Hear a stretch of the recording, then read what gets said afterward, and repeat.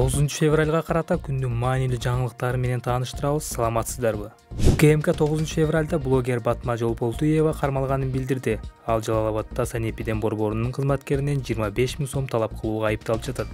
Маалыматта блогер үстүбүздөгү жылдын башында Жалал-Абад шаарындагы коомдук тамактануу жайлардын бирине барып, ал жер санитардык эпидемиологиялык талаптарга жооп бербей тургандыгын видеого тартып алганы айтылат.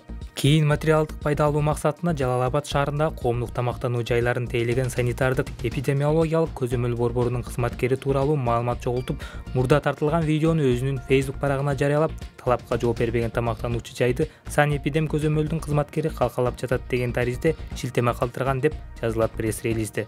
Андан соң блогер соц тармакка жарыяланган материалды өчүрүп салуу үчүн кызматкерден 25 000 сом талап кылганын маалымдалды. Блогер үстүбүздөгү жылдын 6-февралында 25 000 сом каражатын алып жаткан жеринен кармалып, УКМКнын убактылуу кармоочу жайына киргизилген. Учурда териштирүү иштери жүрүп жатат.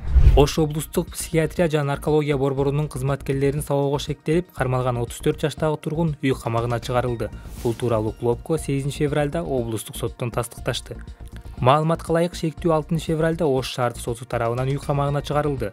Сот айыпталуучуга карата бөгөт коюу чарасын тандап жатып, анын жаштыгын, анча оор эмес кылмыштарды жасаганын, мурда сот жообуна тартылбаганын, карамагында жаш жетелик 2 кызы, пенсия курагындагы энеси бар, үйдө жалгыз багуучу экенин эске алды деп билдиришти облустук соттон. Аталган шектүү 31 январда ооруканада жаткан тууганынын дарылануусуна карата нааразы болуп, оорукананын дарыгерлерине кол көтөргөн. Бул факт боюнча бейбаштык беренесинин негизинде кылмыш иши козголуп, тергөө иштери башталган. Бирок медиктер аларды коркутуп, үркүтүп, арызды кайтарып алууну талап кылып жатышканын билдиришкен. Президенттин басма сөз катчысы Аскат Алагөзов өлкө башчынын атын жамынып, соц түйүндө жалган билдирүү тараткандар бар экенин билдирди. Алагөзов 9-февралда элди андай шылуундарга ишенбөөгө чакырды. Соц түйүндө белгисиз шылуундар президенттин видеосун колдонуп, үнүн жасалмалап, кандайдыр бир коммерциялык долбоорлорго катышууга чакырган видеолор таратылып жатканын кабарлайбыз.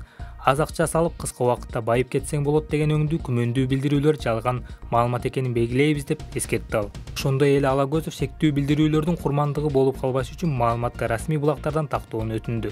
Буга чейин соц түйүнгө 1-айым Айгүл Жапарованын атынан акча таратылып жатканы тууралуу билдирүүлөр жарыяланган. Анда президенттин басма сөз кызматы маалымат өтөгүндөп, элди ага ишенбөөгө чакырган.